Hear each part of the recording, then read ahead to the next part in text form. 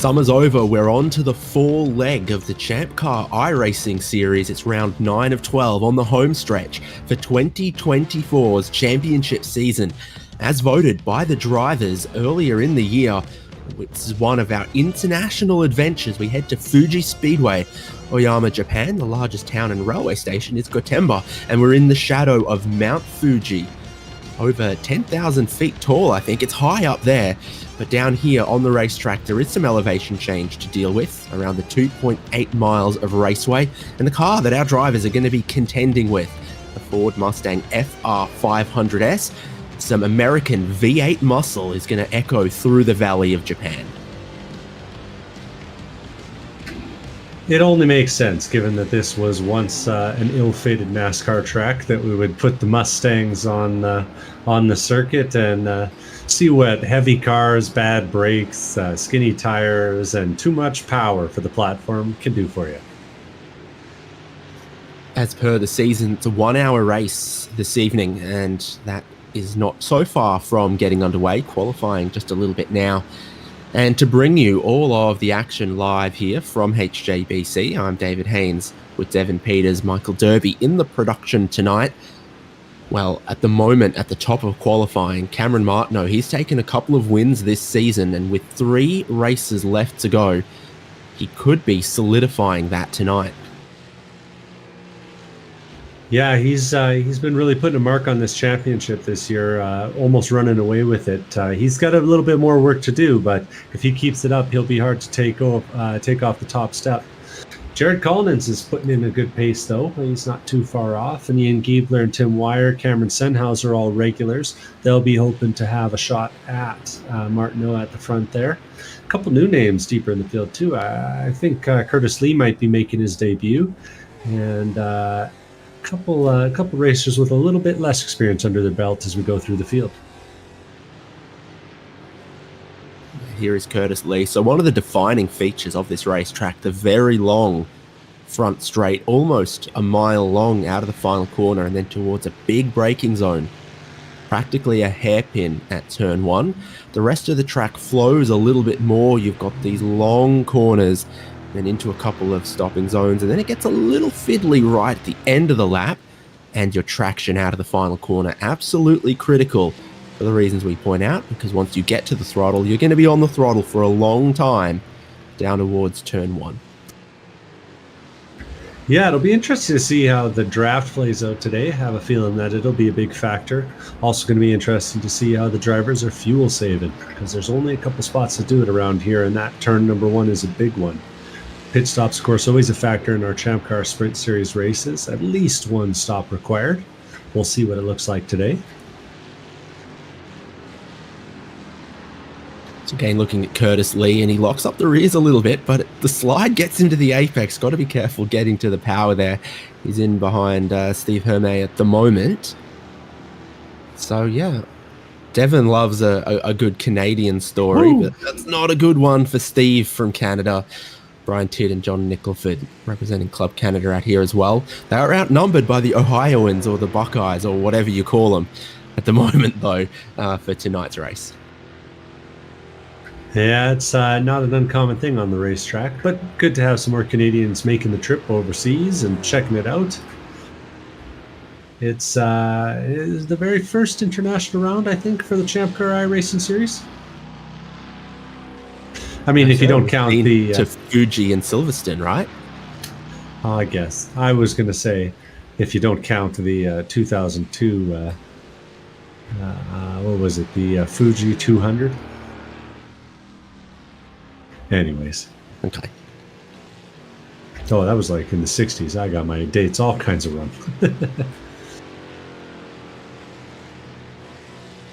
Kyle Robertson, 9th at the moment in qualifying. Normally accompanied by a handful of his teammates there from Drivetrain to Motorsport. Yeah, he's doing the solo today, and he's got a new paint job on that car. I don't think I've ever seen him in the purple livery. Oh, no, okay, this makes more sense. We were looking at, that was Brian Tidd before. This is the Drive Trainer Motorsports car I have come to know and love. So there's the final corner. You've got a couple of things to try to enforce the track limits on the outside there. A couple of nasty little curbs, some green painted concrete, some AstroTurf, etc. And here's the run to the line. Timing line is just back there a little bit. And if you're feeling a bit confused, it may be that the last time you played a racing game was Gran Turismo 3, which would have featured the pre-modification layout of this track, with the big sweeping first turn and the kind of swoopy infield section. I think they tiltified, didn't they? Oh, they really did. So we got the Coca-Cola corner. We're seeing Robertson drive through here, and he'll be headed towards the 100R corner we're going through right now, and then up to the hairpin, and then into 300R. And I could not tell you the relationship between 100 and 300R. About 200. And then they come on down to this kind of downhill. It's challenging braking zone that is a good passing opportunity. They'll make this right-hander tight one into the Dunlop corner, and they'll do this little chicane on the exit. This slow chicane actually sets up really nice passing opportunities on the exit as well. They'll come into turn 13, turning right, turning left, and back through Nets corner. And then the final corner of the track, the Panasonic corner.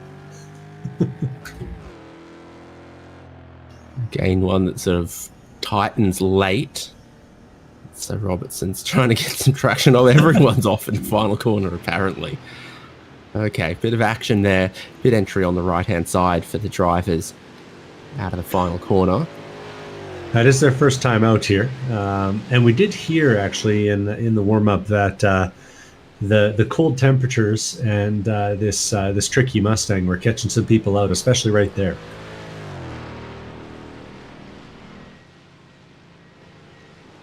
Overcast today. No rain in the forecast, though.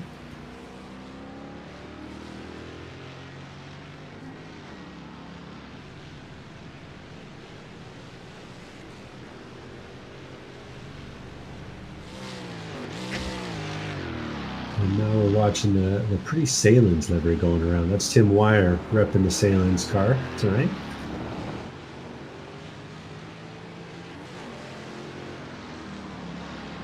Had a pretty good qualifying session as Tim. He's up to 4th place now, 157.9. And live timing's available at hjbc.live. So if you're following your teammate, maybe someone you've raced with in the ChampCar Endurance Series before, whatever the case, and got a spare monitor to bring that one up, hjbc.live. It's the live timing right now during qualifying, and we'll have it all with the pit stop times and everything in the race. It's the best way to watch, all the endurance series. World Endurance Championship, all the best ones, IMSA, you take your pick, really.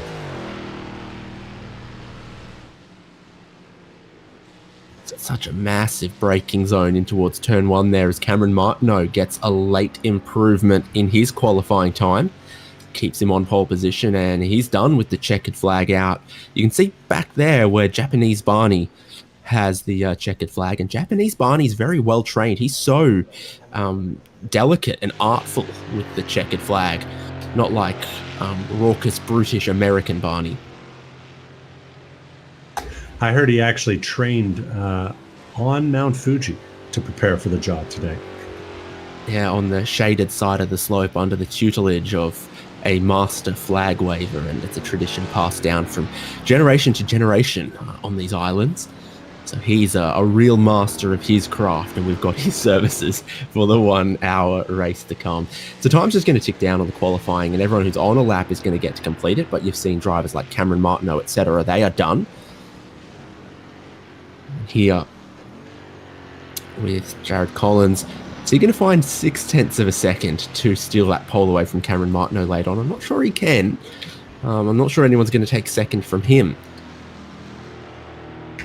Yeah, he's had a tough first sector and a tough second sector. So unless he's got a nitrous puddle hiding in that thing, he's going to have a hard time doing it on the last mile. The good thing is it's far easier to overnight parts from Japan when you're in Japan. So Hector could get those spoon engines and Motex way quicker. True. Being that this is the Toyota track, I'm curious to know if maybe they've got some, parts on location. There's a Toyota factory nearby to here as well. I don't know what they make there, if it's car assembly or they're doing parts or they're casting engine blocks or something, but there is a large Toyota facility nearby.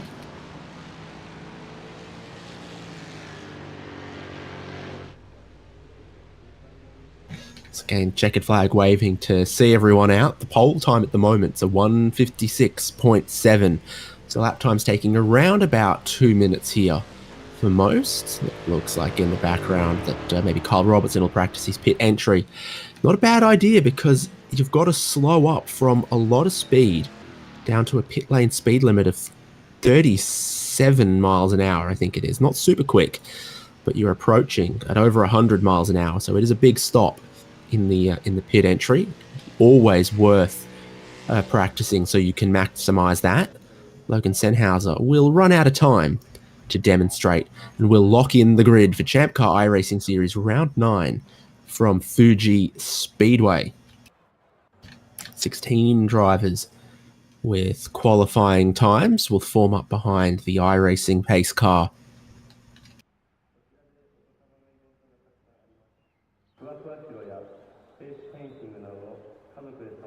Sake connection underneath the podium. Okay, maybe they're not going to spray champagne.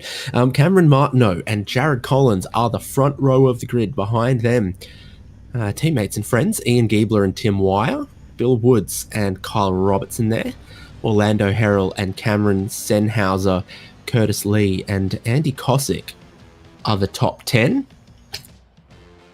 And then Cameron's brother Logan in 11th for the Sennhauser brothers.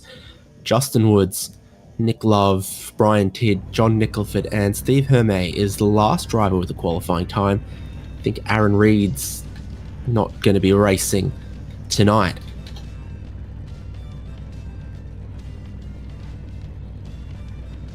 So again, that front row, Cameron Martineau, Jared Collins, good qualifying from Jared Collins. Cameron Martineau already with wins to his name this season across a variety of different cars. He's won in GT4s, he's won in the Toyota GR.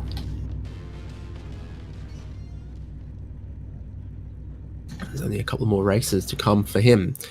So the next round of ChampCar iRacing Series, the Team Enduro Final on the 13th of October at Road America. And then one more international race at the Nürburgring Nordschleife is round 10 of the regular season. And then round 11, VIR North. Round 12 in December, Toyota GR86 at Sebring International Raceway. There is that sort of chicane at the end of the back straight, another big stopping zone. It gets technical and off camber through this part of the lap.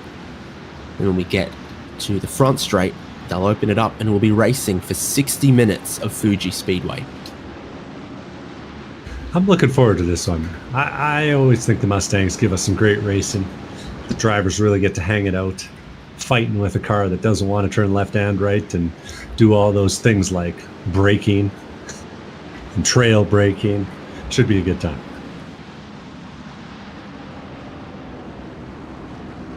Long view down the front straight. Pace car holding them till the pace car peels off to the pit entry on the right.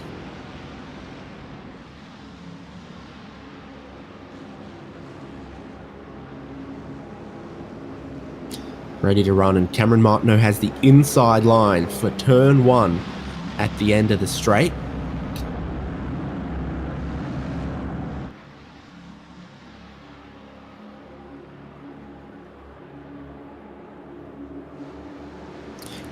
And he's going. Green flag waves, 60 minutes starts now. Field of Mustangs headed down towards turn 1. Martineau ahead of Collins there. That looks like Giebler from the inside row was watching Cameron Martineau very closely, so he could look down the inside of second place. It's cold tyres, got to be careful how early you brake here. Track drops away through the right-hander, looking to get good traction off the exit. Don't think Giebler on his tight line is going to get that, so Collins stays into second place there, but Tim Wire in fourth. Kyle Robertson and Bill Woods, tight left-hander, very sharp at the apex here, but you can flow some speed through, and that's what Robertson tries to do in front of Bill Woods. Now Woods is going to look around the outside of this long, flowing right-hander.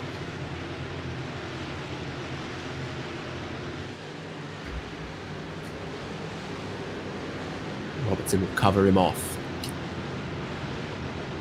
Yeah, they're keeping it clean through the field. It's been a little argy-bargy in the back. We got Justin Woods diving up the inside of Andy Kosick for what looks to be 12th place right now. And he's coming back on the inside, though, as they come through 300R and head down towards that Dunlop corner. We'll get a look at that passing zone right here. We'll see if it happens. So side by side with Kosick on the inside, super sharp in the right-hander. And then it sort of squeezes onto one line with this almost chicane on the exit there. Not afraid of a little bit of curb. Andy Kosick climbing over it all. Off camber through here. And Justin Woods spins around, spins off the racing line. It makes no contact with the barrier. Everyone else will go through. It looks difficult to get to throttle in this car at the best of times, but a few of these corners, they are very off camber. Basically the penultimate corner and the corner before.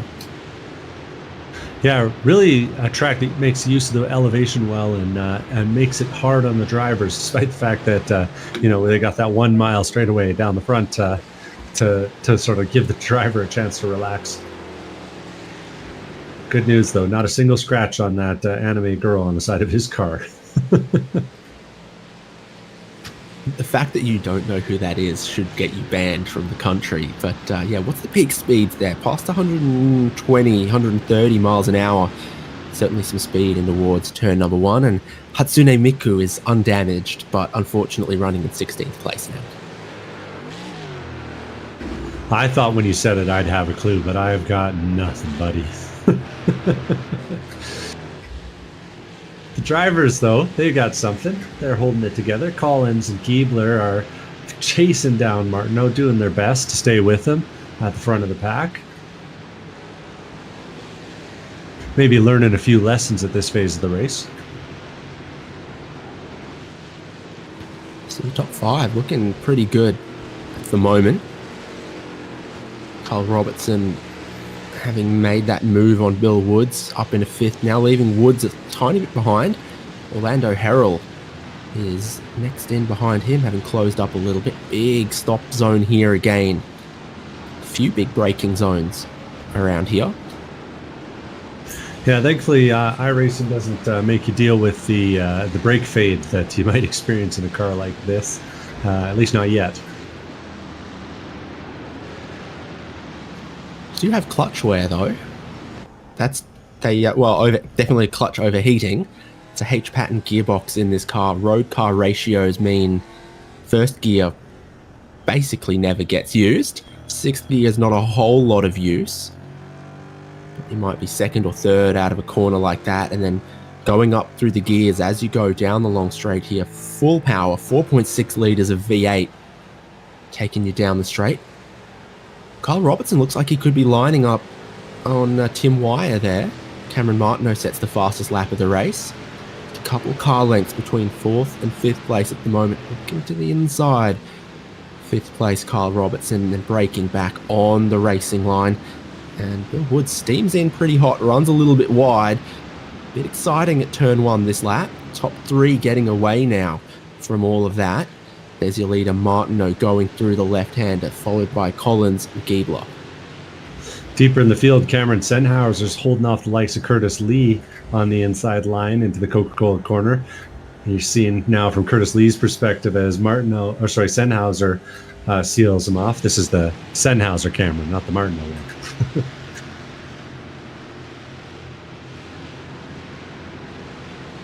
Andy Cossack hanging around in the back of that picture too. He's still holding on to that position he gained earlier. Actually, a couple he's taken Nick Love since. Big wobble on the throttle for Curtis Lee there. And it's out of that corner where you get the power down and you're flat out through these two little right-hand kinks, and then you're looking at your braking zone into the hairpin up here.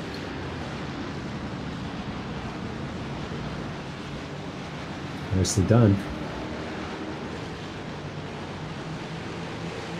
Lots of leeway to use the inside of the curbs on this track. This isn't one of those ones where they got the white line on the inside edge of the curb, you know, type of deal. So you can use all that green runoff. The grass parts are, on the other hand, are a little bit slicker than the... oh, no! Speaking of, Nick Love finds a slippery part of the track there. I think maybe just a little too much bump on the inside of the curve. I think if you've got a lot of throttle and a lot of steering angle and you hit the curb and it's off camber, when the car bounces and lands, there's no grip and it'll spin you around like that. That looks like what happened for him. Does look a bit like that. It was a heck of a moment.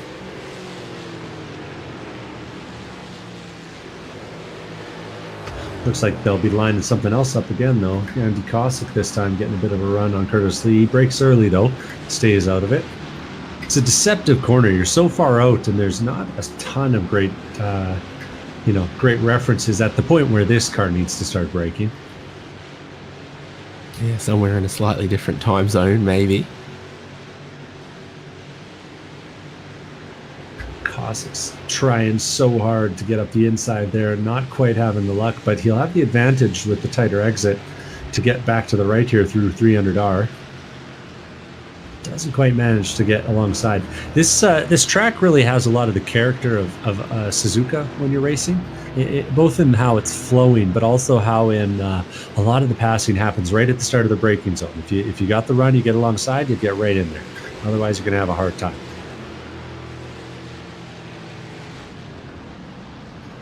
Looks like a bit of action further up the field as well. Lando Harrell might have missed his braking marker there. Cameron Sennhauser looks like he almost misses it a little bit. So easy now to start to run deep into a couple of these corners. So off camber here. And it tricks you into running out a little bit wide out of the exit there as well. Off camber on the way through here in shallow, tyres kicking out sideways. Cameron Sennhauser still stays in front though, but it's not looking like easy work. Yeah, those two are right on top of each other. Curtis Lee breathing down his neck. Sennhauser seems to have gotten the better run out of the last corner though. Lee needs to figure out a way to get that run and benefit from the draft in order to have a shot down to the first turn. Fastest lap of the race by Cameron Martineau out at the front. That's a 1:56.87, almost onto his qualifying pace.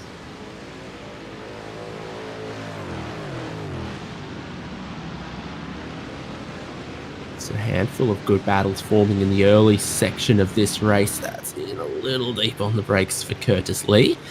And further up the road, Gustav Collins ahead of Giebler, Tim Wire, Kyle Robertson, Bill Woods, Orlando Harrell in the top half of the field, still just behind that podium group. Curtis Lee making passing look very, very difficult here, and Cameron Sennhauser just staying ahead of him at every opportunity despite the challenges.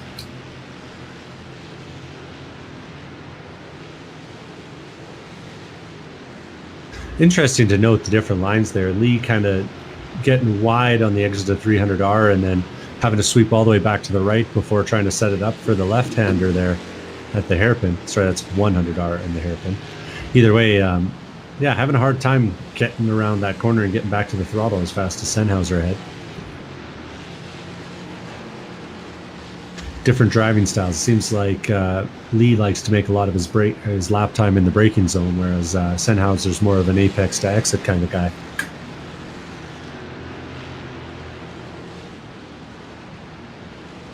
Sure looks close at the moment. You're continually tempted to just have a look down the inside of a couple of these final corners, and that's what Kyle Robertson's done to Tim Wire and ended up ahead. I think Bill Woods gets the best run of the both of them though. They were side by side going into the final corner. Late cover over from Wire. Oh, it's tight. A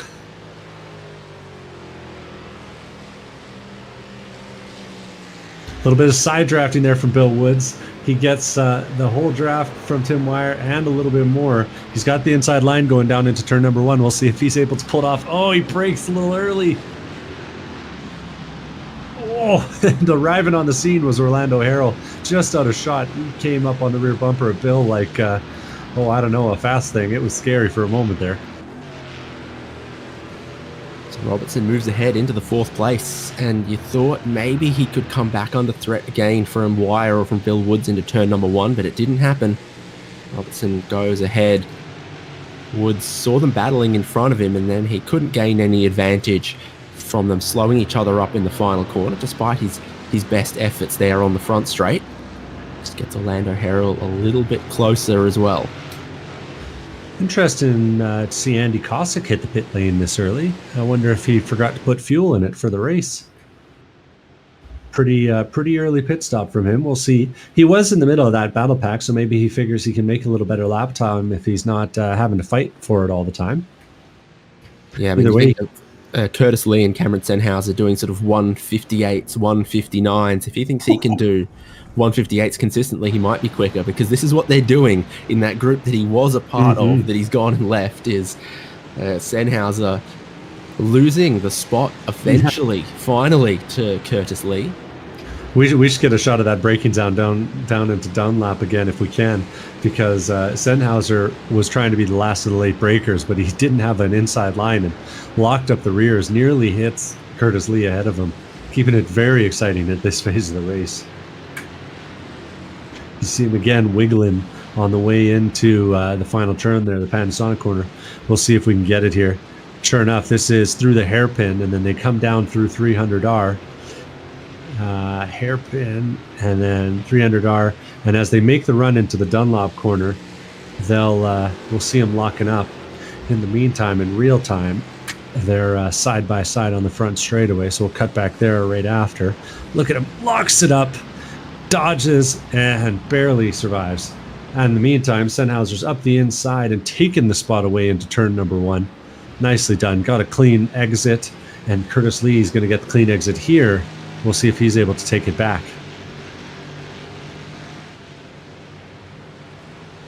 Sure enough, overlapped into the Coca-Cola corner. The outside line's the good line, and we see why. Curtis Lee's going to carry a little extra speed. Senhauser has nowhere to go, and Lee comes flying by on the outside. You're going to get any team orders here as Logan Senhauser gets closer to Cameron Senhauser. It'll be interesting to see. I'm betting on no. What is it? Brother on brother violence. That's my bet. Yeah. Okay. People with brothers, I think, no, they get it. Oh yeah. Senhauser and Wire and Robertson rather are getting close together again up the road. They're real close into the braking zone for the Dunlop. Got a few car lengths between them now.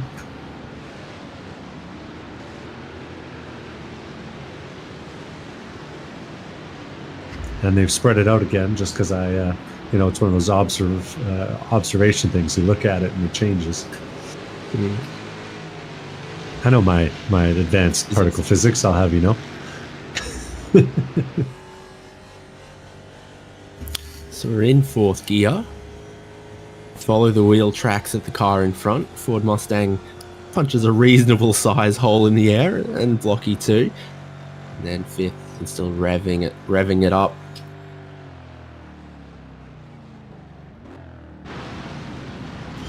Wire and Woods both run a little bit wide. Woods has the preferred line. Remember, we saw that outside line is a little better, but it's not overlapped, and Tim Wire's going to close the door and get the run through the Coca-Cola corner.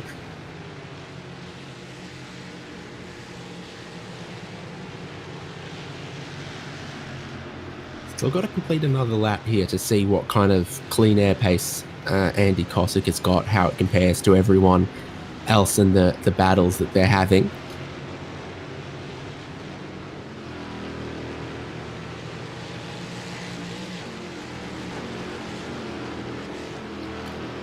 Battles like this one, battles like Curtis Lee, Cameron Sennhauser, Logan Sennhauser. Yeah, they're doing some over-under stuff there last time through the hairpin. Sennhauser, Cameron gets the good run, and Logan gets And the younger nose brother chopped gets the a little worst bit. controller. Yeah, it must be one of those types of situations. You get the G26. I'm going to create a union for G25. youngest brothers. I'll be one of the older brother crowd stamping that out. Anyway.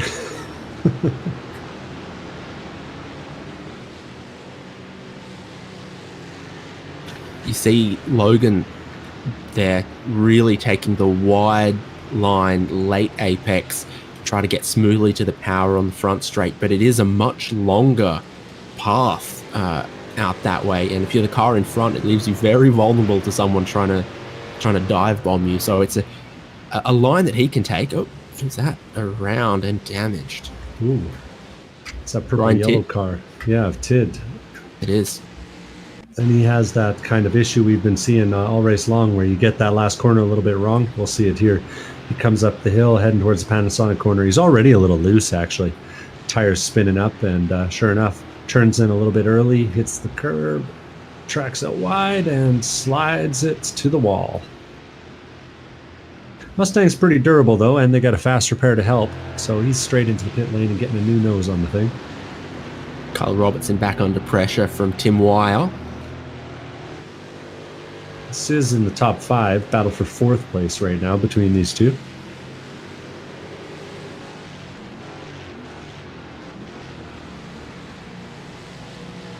Inside line, definitely the preferred line if you're trying to defend here. Robertson holds it. Going to make it real hard on Tim Wire. Ooh. As we see, you can close that door pretty solidly. Oh, chops the nose again on Wire. Oh, and Robertson spins. That, I think, might have been self-induced, though, unfortunately. I don't think he copped a big enough hit for it. I think he was just a little bit loose, and then he was looking in his mirrors, and the pressure has gotten to him a little bit. We can take a second look at it, though. So in the middle of the corner here. Ooh, no. Space between them. Tim Wire feeling a little guilty, lifted off, maybe. No, just got a little bit wrong in turn 14. And through the Panasonic corner, Bill Woods got by, taking the outside line, and they're doing all sorts of things. We're watching it right here. Wire up the inside, and I have a feeling we're going to be 3 wide into turn 1 if Orlando Harrell has his way.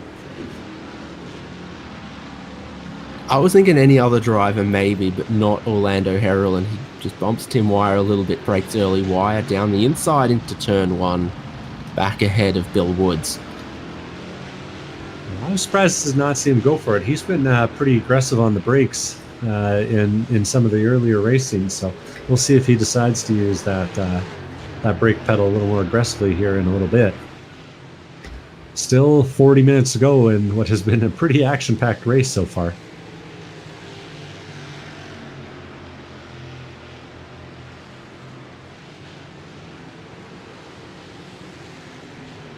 So I am just keeping that eye on Andy Kossik's lap times, because he's just a little bit quicker than Sennhauser's and others. So he's in the 58s on the previous lap. He's about to finish another. Got the leader starting to deal with some lap traffic. Cameron Martineau's just come by Brian Tidd, who had to take that early fast repair. Ian Giebler and Jaron Collins aren't far behind. We'll see how they handle this first little bit of traffic. Always easier to be the second guy through, right? Probably. Knock on wood.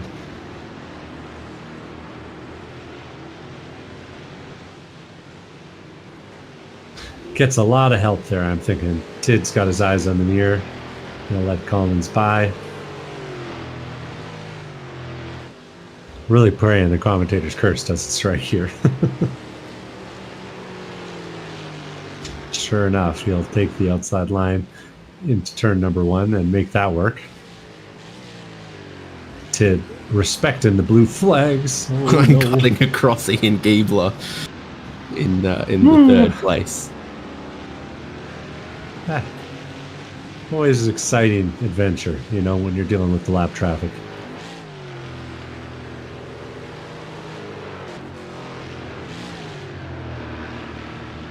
What's this doing for your blood pressure? Mine's not great at the moment.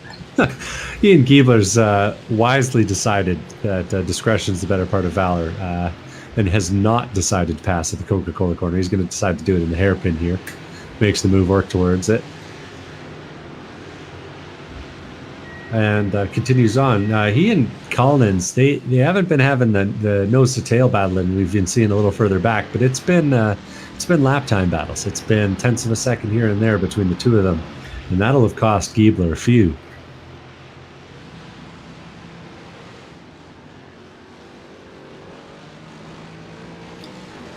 It's through now though to third place. And he always was third place, but now he's past the traffic and he can see Jared Collins second place just in front of him. Got another pit taker, which is Curtis Lee, and Andy Kosick goes through for position there. Curtis might have had a moderately sized incident. Yeah. Tid's had another one, stuck it in the wall when we weren't looking, and then let's see what happens to Curtis here. Well, this is Tid first. Oh, this is Tid, yeah. So yeah, we're seeing it's that same uphill corner, striking again, almost a carbon copy of his last accident.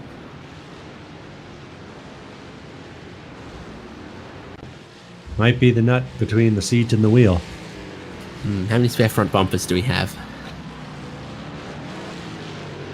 I think only one on the trailer today. We'll see if he gets a fresh one.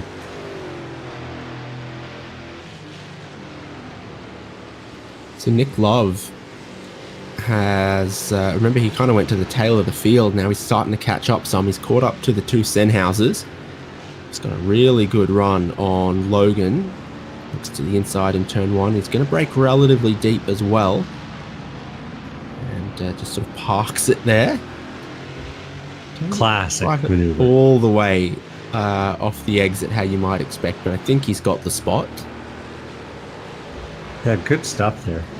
Nick Love knows how to make a pass. Oh, up ahead of them, there's some smoke. Is that Tid again? Oh, he's having a hard day. We heard, though, the track's pretty treacherous out there on these skinny tires, and we'll get another look at it. Car might not be handling so good without a front bumper.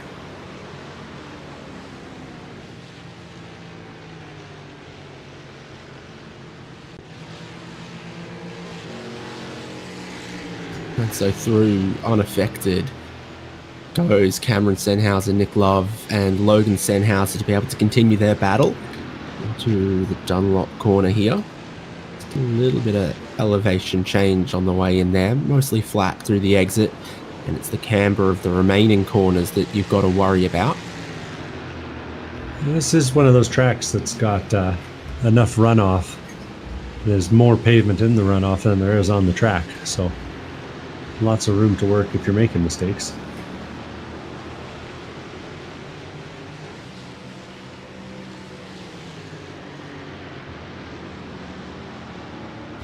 Love gets it down to the apex just a little bit tighter.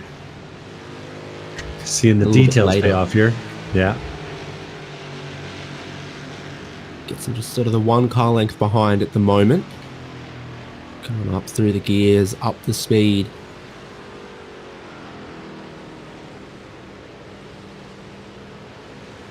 Got a fair bit more right now, and he's going to do a very similar move to what he did earlier on. The brothers must have their heads spinning. Sennhauser defends. Does Cameron on the outside. Love leaves lots of room. That's a single monitor line if I've ever seen one.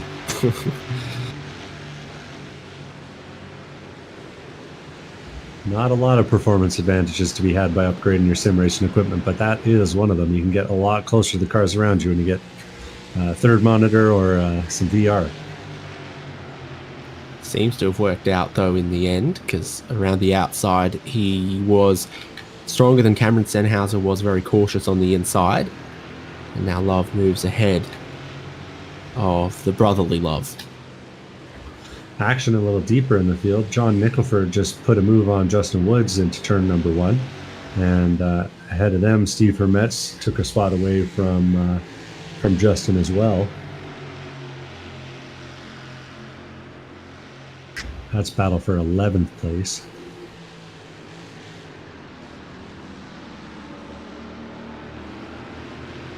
Been consistent through the race so far. No one seems to be able to get a gap from each other except for our leading few cars.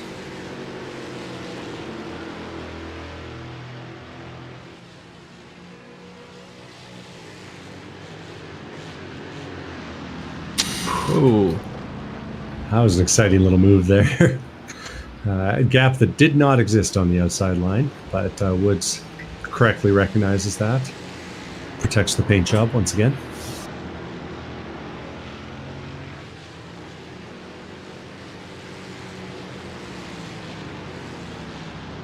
Nicholford catches a little slide in the braking zone. Switching gears though, we're up at the front of the field. This is Orlando Harrell making moves at Tim Wire. They're battling still over 4th place. Just barely holding on in the background there is Bill Woods. He's running 6th, qualified 5th. He's running that monster livery.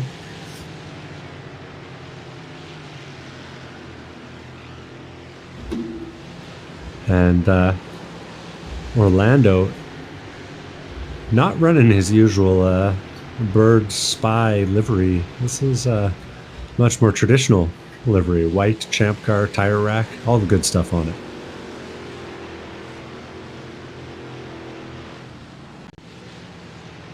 So we said we might have lost Curtis Lee.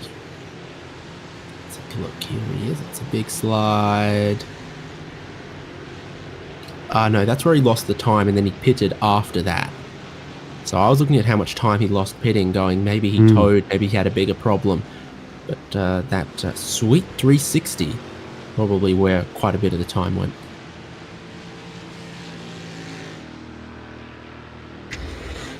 Watching Tid now. Tid's had a few problems. Oh, we're getting the recap here. We saw this one. Oh, this is a new one. That was a different wiggle into that turn. Same result, though. And I have to think that shunt on the front end maybe knocked the toe out a little bit more than it might have seemed.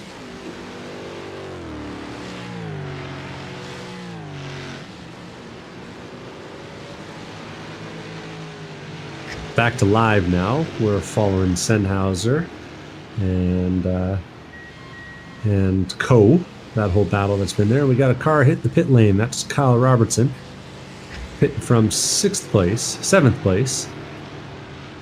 And that might be one of our first scheduled stops of the day.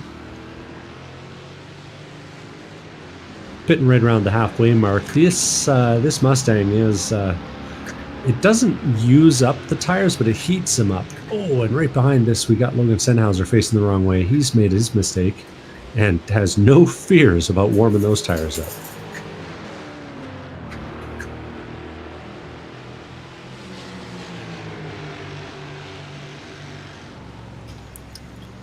Here we go with John Nicholford and Justin Woods side by side on the front straight.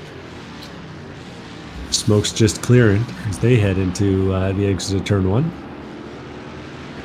Get through there clean. Oh, and that looks like it could be a spot for Justin Woods. Oh, it's real close. There's a little bit of overlap. Will Nicholford push it? He doesn't. And Woods slams the door shut at the apex.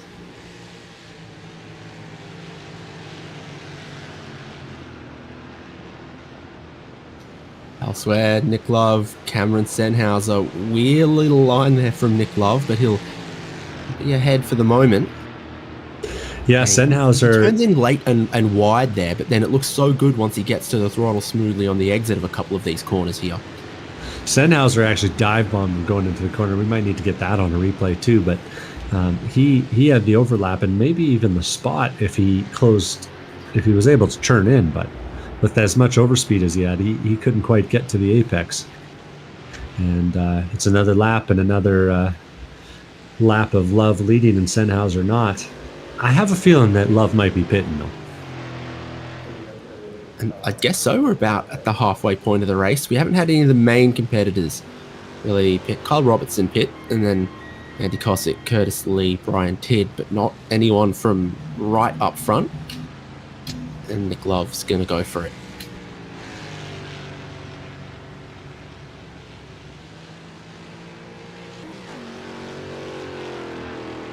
So it's our second real pit stop, we could say, maybe third. We'll see how much fuel goes in the car. So far, about 15 seconds stationary. And no pit stop yet from race leader Cameron Martineau here. He's on his 16th lap of the race. He started with everyone having started with 7 gallons of fuel. Seen a lot of variety. Robertson taking the lower end around 22 seconds. Meanwhile, and Cossack only 17. Meanwhile, Love up there at 28 seconds. A few cars on the lane now. So Love's on his way. Hermet's up on the jacks, taking at least 2 tires.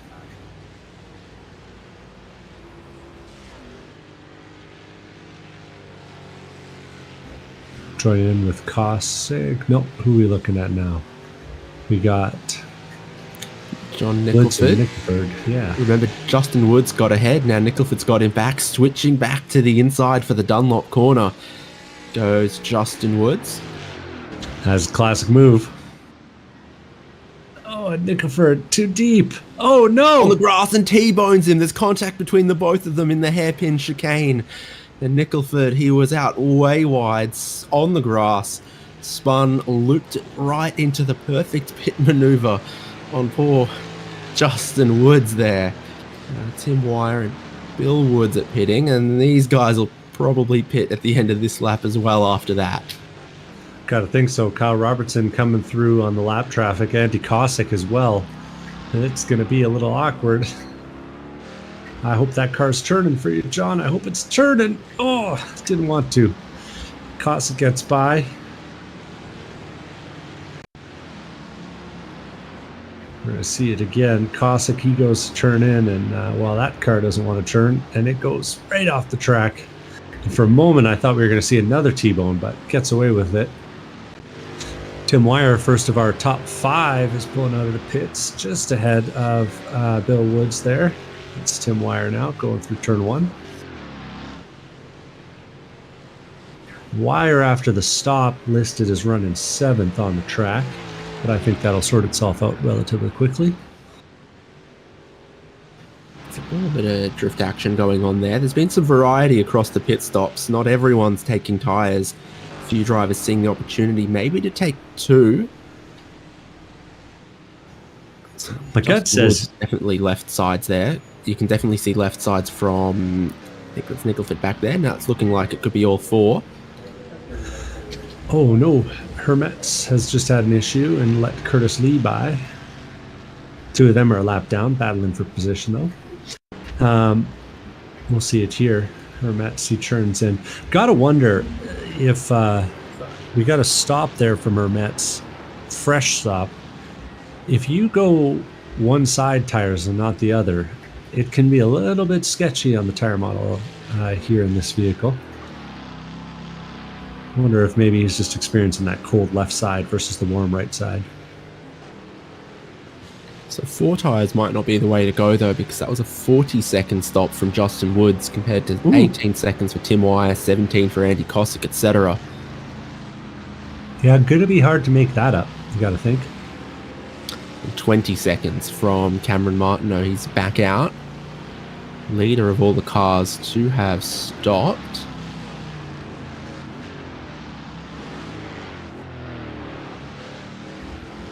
Yeah. Been pretty People's quick going to get up to speed, and there's Tim Wire on the front straight. He's barreling down his Wire, but Keebler's gotten it all kinds of wrong going into 1, but it's not going to be enough. to close that gap. So I'm not sure how Tim Wire got undercut through all of that. I'm a little curious as well. He had a quick stop, he did. Maybe the entry was a little bit more timid than some of the other guys. Clock's not starting until pretty deep on the lane here. Martineau's out, and he's in a bit of traffic. He's got John Nicholford ahead and Logan Senhauser right behind. Nice livery on this one. Rothman's classic.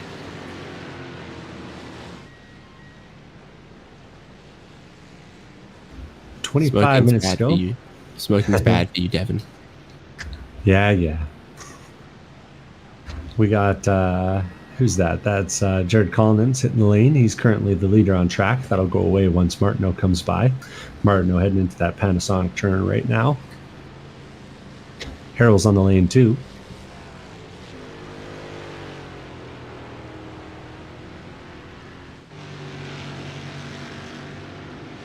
And so Cameron Martineau will go back through into the lead of the race now with those pit stops from Collins and Harrell. Okay, just a little bit of traffic ahead of him. But he's the race leader now. As Logan Senhauser also stops to give us a pit stop from everyone. Martineau says, I'd really like by. Please let me by. Nicholford gets the message eventually.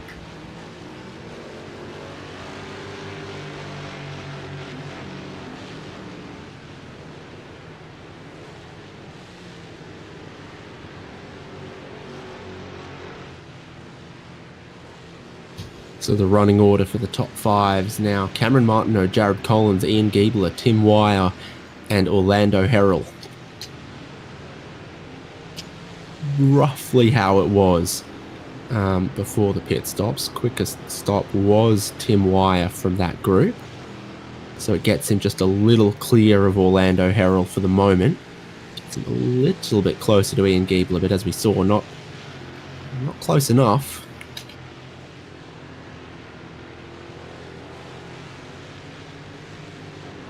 And the track temperature seems pretty stable from earlier in the race as well. So it's not moving drastically on a mostly cloudy day with not much wind. Yeah, without the help of the sun, it's a chilly one on the track there. Justin Woods and Steve Vermetz are getting close together. They're still a lap down too, but they're not letting that stop them from having a good little battle.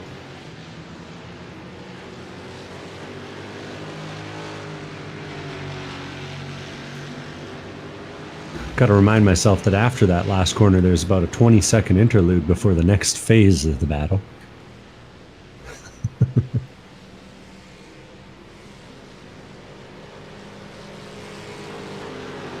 Good little run, though. We'll see if Woods is able to make a difference here. Had an extra mile an hour on the top end. And closes it up under braking, but doesn't quite get to alongside Steve there.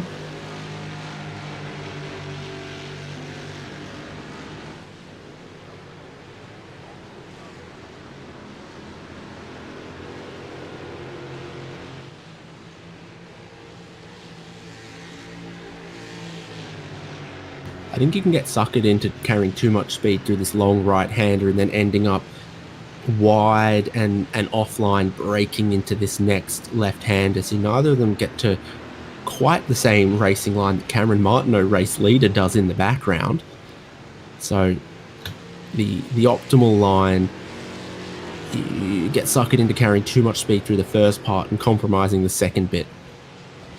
It's really a track that asks you to effectively compromise your corners, right? Like I recall we have a mutual friend that doesn't believe that the last corner, oh, there's a move up the inside, that's nicely done there for a position. We have a mutual friend who doesn't believe that the most important corners are the ones before the straights, but I think sometimes that's the case, and this is one of those tracks where making sure you get the good run onto the straight is really kind of part of the keys to being fast around here. Oh, Bit of slide there from Woods. They've done so well through that final couple of segments there. It's under a little bit of pressure, and Cameron Martineau's going to be watching carefully what goes on.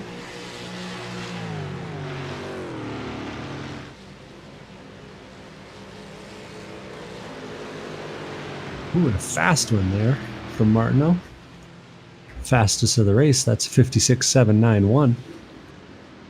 Still chasing the peaks of qualifying, but pretty quick.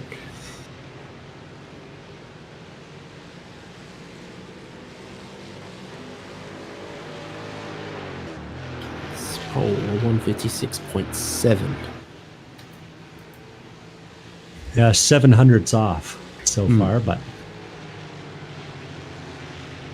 needed just a whiff more draft from those guys ahead. I think it'd help out. Kyle Robertson's also been lapping pretty quickly, and he's starting to catch Bill Wood's last lap times on the screen there. A bit quicker for Robertson. Yeah, that's one I've been watching close up for a few laps here now.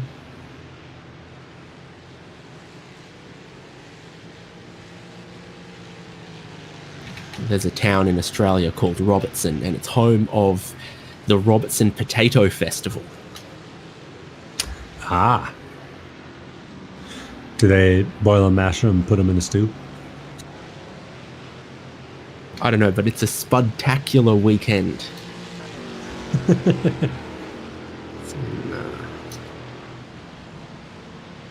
Oh, it's my birthday weekend next year. Oh, I guess we know where the whole crew's going. Maybe we'll have to schedule Bathurst around that weekend, do all the whole team on the mic kind of night.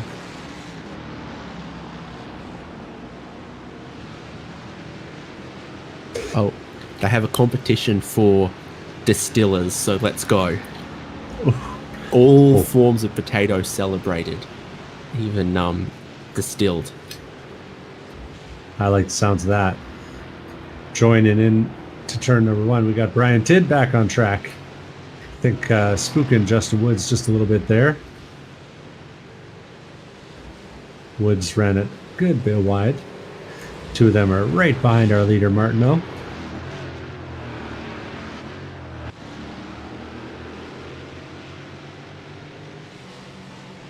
And we're checking back in on battle for position rather than just a battle on track. This is Sennhauser and Nick Love going at it through the Panasonic corner. And into... Had a kind of long pit stop, to be honest, so he's now got to pass again some cars that I think he passed earlier. I think he took two tires, one on each side. Might be what happened there. Just kind of a classic strategy with these Mustangs. The cooler rears does help. I don't know if it helps 10 seconds worth, but it helps. It gets ahead, and that's just classic textbook. Toe down the front straight, down the inside in turn one. Maybe picked up a bit of a problem there. I think that might have been a missed gear. Sennhauser suddenly had a run where he did not before. Outside, though, for Nick Love, and he's going to hold it through 300R. Going to see if he can make this inside line into the hairpin work. He's trying. Oh, braking late. Gets to the apex first, and that's going to be a spot for him.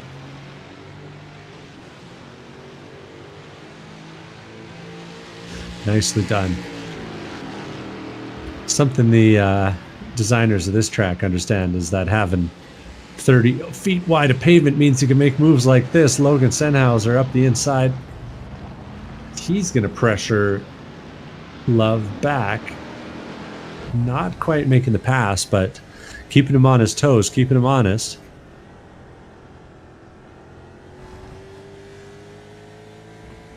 Looks like a lot of work from that perspective, I'll be honest. Well, when they give you a school bus wheel, you got to use the whole thing. Got to get all up on it. Do it for Dale. Yeah, I do remember doing an awful lot of right foot steering as well as both hands steering when I drove this car last.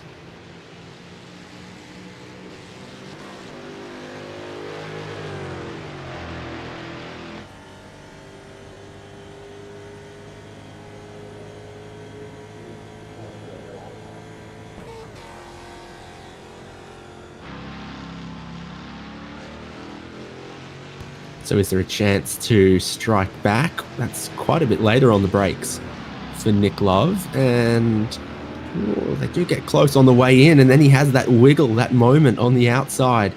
But he'll stay ahead.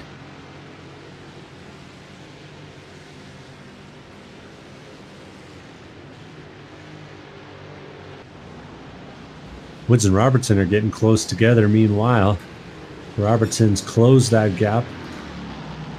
Right up on the rear bumper. That was a slide for Woods through the Dunlop chicane.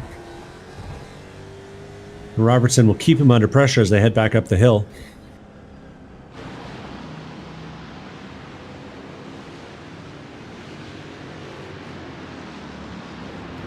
Careful on the exit there.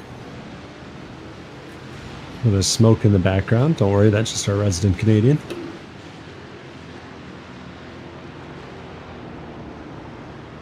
Robertson getting a good run here. Maybe doesn't maximize it quite as much as Woods does, though. I think Woods will have enough momentum to keep that gap. We'll see if it closes down heading into turn number 1. Oh, and the internet strikes. The Woods blinking in and out of existence.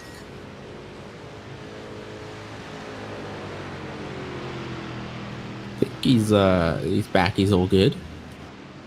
That's the first blinks I've seen from him tonight, so I'd be surprised if it continued. Always a little bit sketchy, though, when you're trying to battle.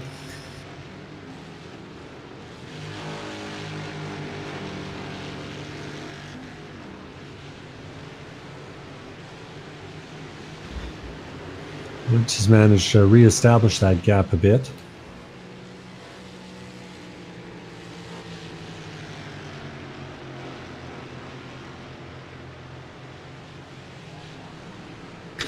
In the meantime, in turn number 1, Sennhauser's right back up on the rear bumper of Nick Love.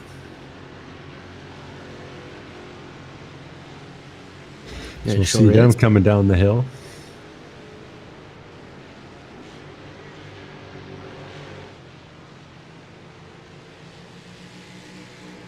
And then we pick him up into this very long right-hander. It's not flat out, but it's also not a very tight corner. So sometimes you see the brake lights come on as they sort of use a little bit of the brake to help rotate the car through there. I think these guys have just been breathing the throttle on that occasion, before they then brake into the left-handed hairpin. Pick up the power there with a lot of room on the exit to then go flat out here and try to pick the braking zone into one of the more technical parts of the lap. Nick Love really gets a nice entry into that corner. Really like his line through here. Seems to set him up well up the hill and always gets him a bit of breathing room before the big straight. That right-hander just there that they've just gone through, he always looks like he's wide there, and then he turns in and he gets to this nice apex, and then you see how tight the track is on the exit there, and you go, oh no, actually that's a really good line. But every lap it looks like he's a bit wide on the way in, and then he ends up looking very good towards the end. Another little problem for Bill Woods, right, as Kyle Robertson's looking to attack him into turn 1. And it's not going to stop him on the exit, though. He's right up on the rear bumper as Robertson. I wonder if that grandstand on the front straight is causing Bill's computer a little bit of grief. Nope. Who knows what it is? Robertson gets close again, but going to have to be real confident on the overtake to make this work.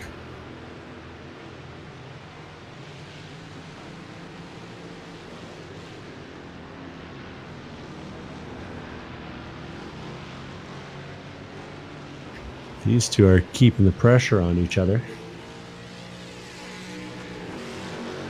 We'll see if they have a move going down into the Dunlop chicane this time. Robertson's looking. Oh, he brakes a little early, though. Backs out of it. It's close. He stood a chance. might have just second-guessed himself a little bit. Meanwhile, just a few seconds up the road, we almost have a battle for our podium. That's Tim Wire suddenly right within view of Ian Giebler. Two of them come past a slow Steve Hermetz, who's had an issue. And while we weren't looking, Cameron Martineau set the fastest lap of the race. I wasn't going to say that I've jinxed all the Canadians, but I might have jinxed all the Canadians. Yeah, I don't know why you've... What's happened to him? Well, I think we've seen about half of them. Giebler and Wire, though, close together, and it's been a closing gap between the two. A little bit more pace from Giebler on average. Oh, sorry, from Wire on average, I believe.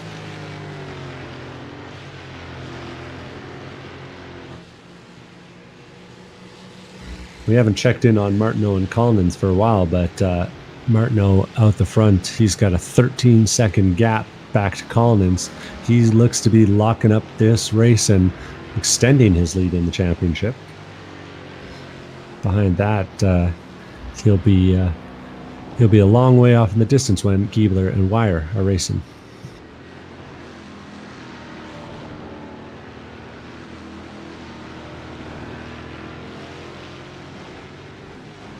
We got the points up on the screen here. You can see Cameron Martineau leading Josh Soto and Paul Darling, who both didn't make it today. We got Jared Collins, though, in 4th place in the points. He'll be looking at a good finish tonight with a 2nd place. Colin Lounsbury also not on the grid tonight, but Nick Love having a tough one. And Ian Giebler are going to benefit over Nick Love. Any others you're spotting in there, Haynes? It speaks for itself for the most part, doesn't it? I'll give you that.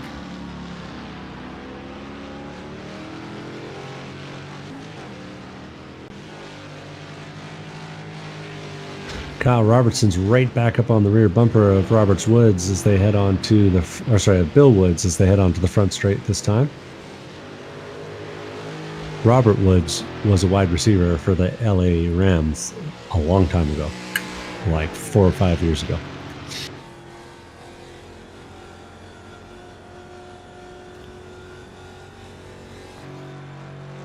So you're looking at that battle between 6th and 7th. Robertson looked to have about half a second a lap more pace, closed down a moderate gap, but has since then, well, passing's not necessarily easy. That's the truth. Oh, and it almost got easy there. Bill Woods narrowly avoided a shunt from Kyle Robertson heading into the Coca-Cola corner that time. I don't know if Kyle just missed a braking marker or what, but I bet you both of them got stains on the inside of the shorts there. And the battle goes on between Logan Sennhauser and Nick Love as well, because Logan Sennhauser looks to strike back. He's got the power of all of those horses on the side. Clydesdales, if you will. Nick Love inside. Didn't think it was the place to be, but actually I think it kind of works out. And they'll remain side by side in this battle. Love's got his nose in front round the outside, but it tightens just a little bit here. He'll be on the best line to try to take the track position, descending into the left-hander as well. Logan Sennhauser does not give up on it, and if he can get good traction around the outside there, he can come back and try to fight again. Love's like, I'm defending the inside, you're not going there. So Logan Sennhauser has to look around the outside, heading into the Dunlop corner, looking at Mount Fuji there. Got a bit of snow on it. And the vending machine's already been taken down because it's September. Really disappointed to learn. Yeah, about 6 weeks of the year, there's a Coca-Cola vending machine at the summit of Mount Fuji, which is almost at 10,000 feet elevation. A good day's work.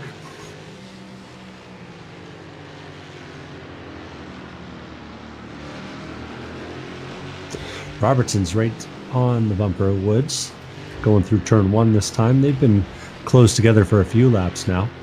Down the straightaway, looked like Robertson might have a bit of a run, but I'm not sure that he's got the shift in quite perfect, because Bill Woods slowly put together a gap. Didn't put together a good line there through Coca-Cola corner, and in 300R he's a little out of position, and then he's a little disappeared. We'll see if that affects Kyle as he tries to make a move up the inside, gets danger close at the apex, but makes it work. The shortest run is the line he's on, but it's not the fastest one. You can't get back to the throttle as quick. Bill Woods is going to carry a few car lengths gap as they head down towards the Dunlop chicane. Deeper in the field, that's Nick Love again.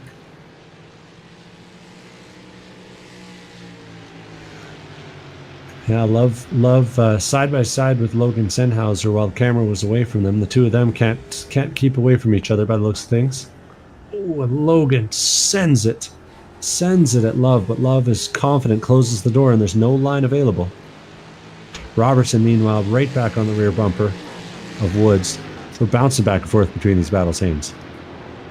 Very admirable of Logan Sennhauser, though, to never give up at a second shot at Love.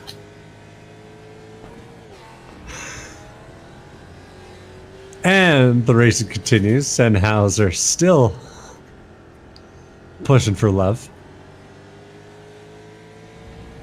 to come up the hill this time. You really get a sense this track is kind of masterful at. I really appreciate, like, the track does not show you where the line is, pretty much anywhere. Sure you enough. get a lot of sort of tightens late, opens late kind of corners here where you're thinking, no, don't turn in yet, not yet, and then come towards a late apex, and then also managing that with how the camber works, maybe trying to place your car in a place where the racetrack could give you grip in places that wouldn't ordinarily be the line. So down the middle of the road, Nick Love's got to worry about which way Sennhauser's going to go, to his left-hand side, around the outside, or a switchback.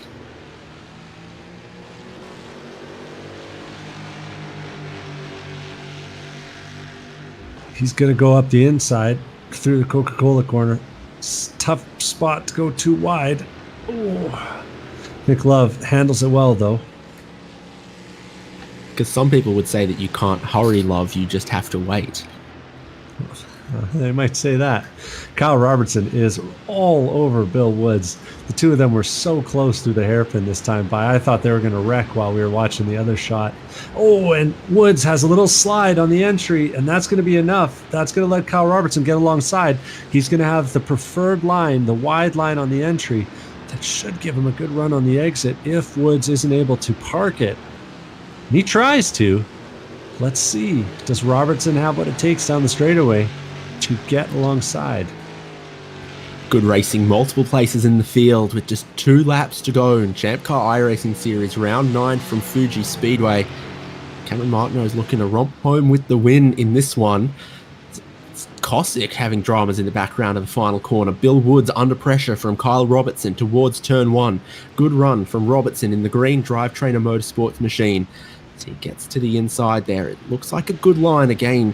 Woods is going to try to cut back on him, but I think Robertson's got this one for the moment. That was cleanly executed with a good run. We haven't seen a lot of that out of turn 1. So the other battle in the field, Nick Love and Logan Sennhauser. And are they about to have a carbon copy repeat of what we've just seen? Heading down the front straight, Nick Love was middle of the road, back to the racing line. Logan Sennhauser closing in from now 2 car lengths back, 1 car length back, approaching the braking zone. He really picks it up. They brake at about the same time, heading into turn 1, and then running a little bit wide is Nick Love. So underneath him goes Logan Sennhauser, and it's about the traction off the corner.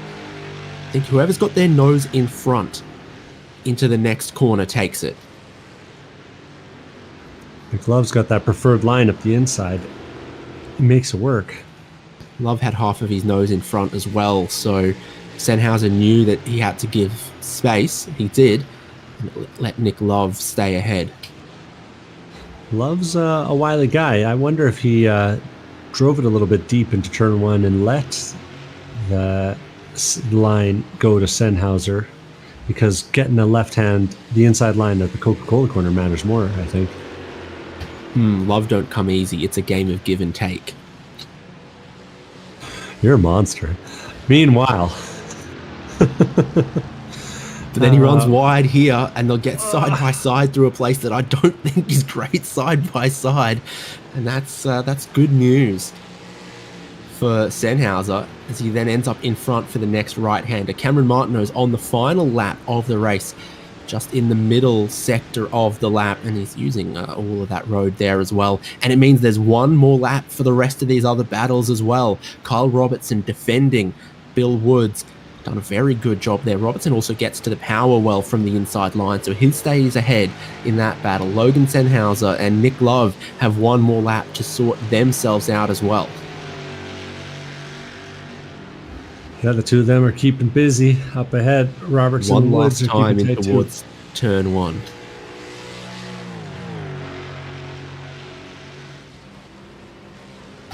It's got Logan Sennhauser in front. It's got Nick Love towing behind.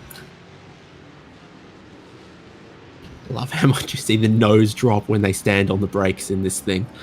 It flops and it rolls around, and that's something that Logan Sennhauser experiences on the exit, as he doesn't get a very good run. There's a car length to the inside here for Nick Love, but he's squeezed into a real awkward spot that benefits Logan Sennhauser. Cameron Martineau takes the checkered flag. He's the race winner at Fuji. Perfect race from him. From pole position, he takes the fastest lap of the race, and he takes maximum points with just a couple of races left in ChampCar iRacing Series for 2024. Jared Collins, good drive from him to second. Giebler looks like he'll hold on to third, and there's battles through the rest of the field to be sorted out at the end here. Giebler just ahead of Wire and Herald. Robertson and Bill Woods. That looks like Robertson will hold on unless he runs out of fuel. Yeah, it's been a close one, but Woods hasn't been able to find the overlap that he might have needed. Sennhauser might be in trouble here, though. Love is going around the outside, trying to. I think this is the one to watch now, isn't it? Nick Love's been super quick at times, but he's found his match in Logan Sennhauser, placing it in all sorts of difficult spots into the rear quarter. Oh, Nick Love spins Logan Sennhauser around, and then Sennhauser, he's trying to loop his car back around, but Nick Love's parked there, and both of them are stopped in the outfield on the final lap. Nick Love's trying to be a sportsman, but they're both just looking like baby deer on ice. Oh, wow. Good stuff for him. Cameron Sennhauser says, that's Big Brother, right, Cameron? Says, little brother, let me show you how it's done. And he takes 9th spot. Logan and Nick are coming to the line, 10th and 11th.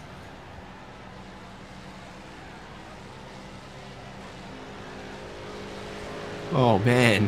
What a bizarre little final lap for Logan Sennhauser and Nick Love. They were racing each other very hard, but I have to say very fair towards the end there. And Nick Love knew he bumped and he didn't want to run.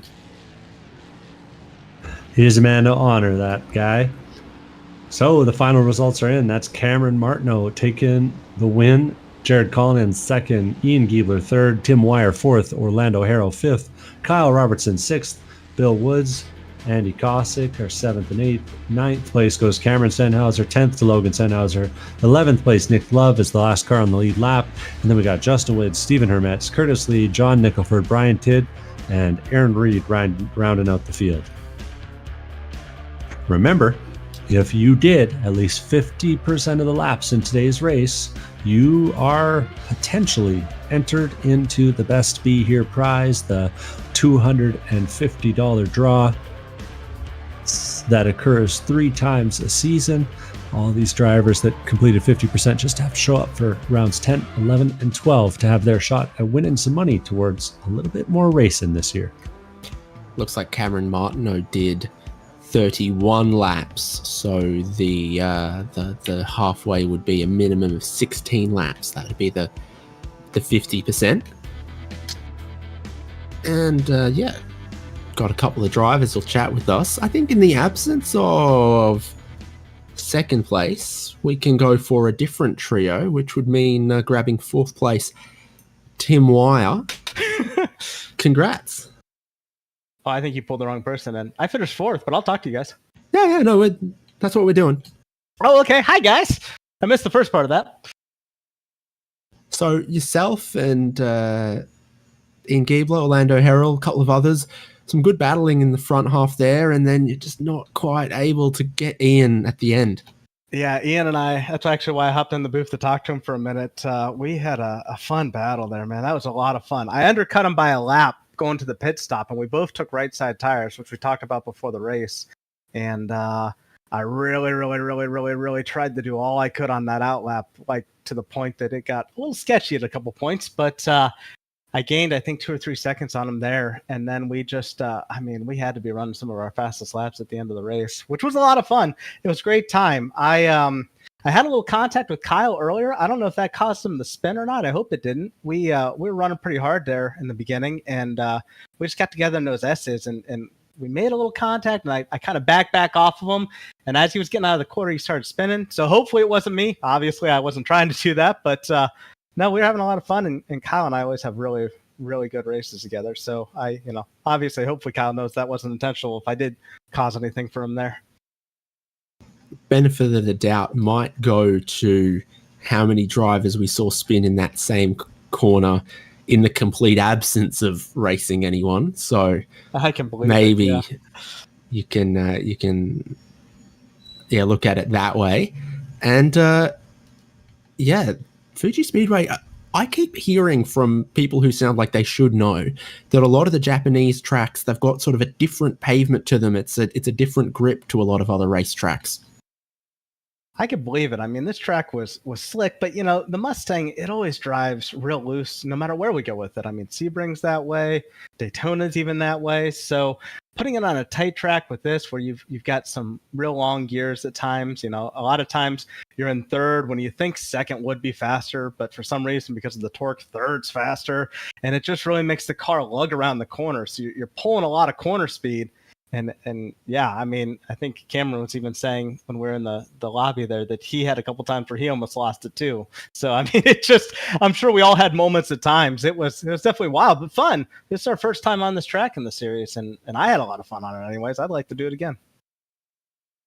I think there'll be another vote for season 2025, and yes, well, we can track democracy one year to the other and what people think, but slipperier than onion on a hot dog. Oh yeah, absolutely. We'll see you for more racing next time out. Thanks, Tim.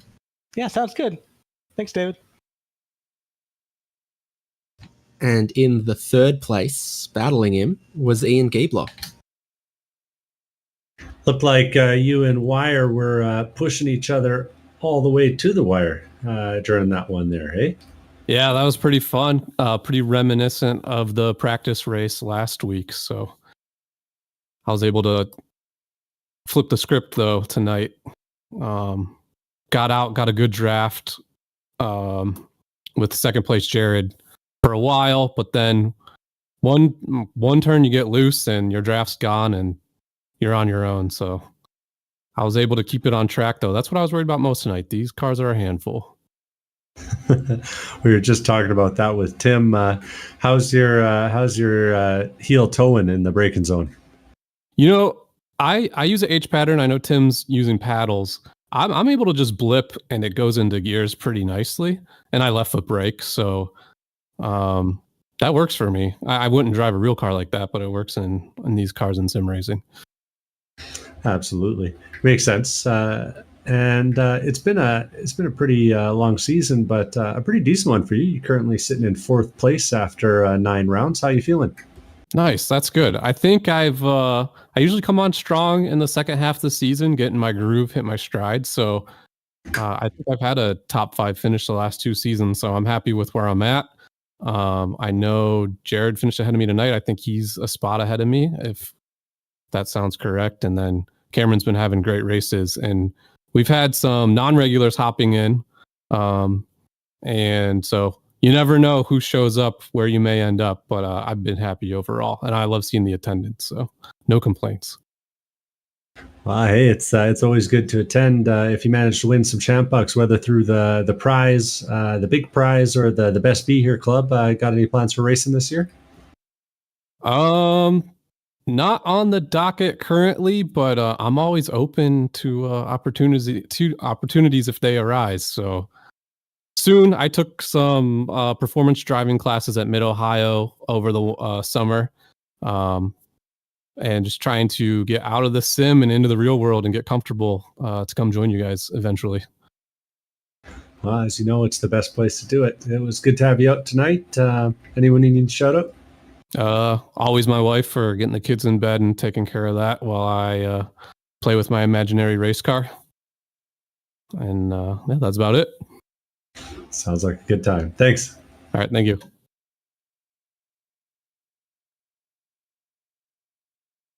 There we go. Third place finisher Ian Giebler and race winner Cameron Martineau. Not your first win in the Mustang now. No, that yeah, I think actually first win in the Mustang this season, right?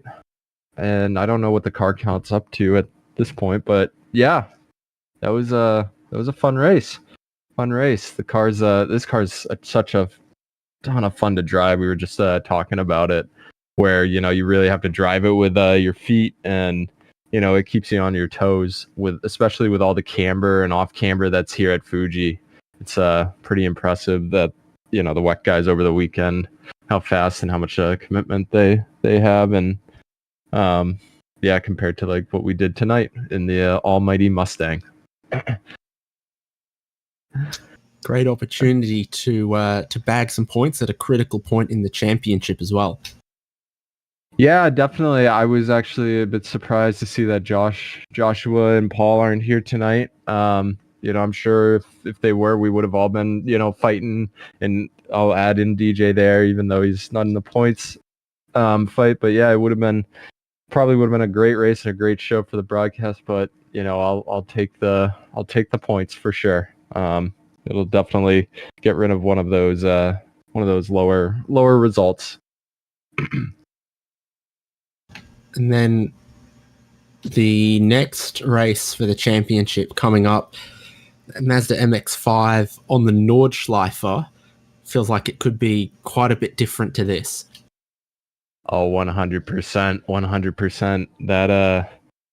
That track, you got that long straightaway, so being in the draft through that entire, basically the entire track is going to be so critical. I have a feeling it's going to be a great race, and pretty close, a lot closer than I think some people might think. But that's an awesome combo. It's a great track, a great car to drive there, and should promote some really close racing.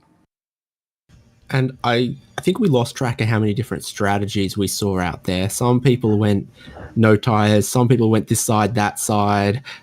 Someone went all four. And I think Devon picked up someone who went rears only. So what was your thoughts approaching that in the race and how the tires progress?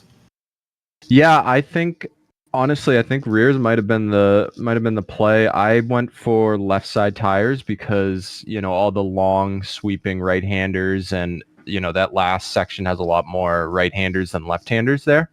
But after looking at my tires at the end of that, the rears, I was in the mid 90 percentile in the front, and then low 80s in the rear. So I think, that rear tire strategy might have been a good play, just because, with you having to drive this car with your feet, you could really abuse the throttle and get it to have a little bit of extra rotation, especially mid-corner. So, having fresh rear tires probably would have helped get the power down later in the stages of the race.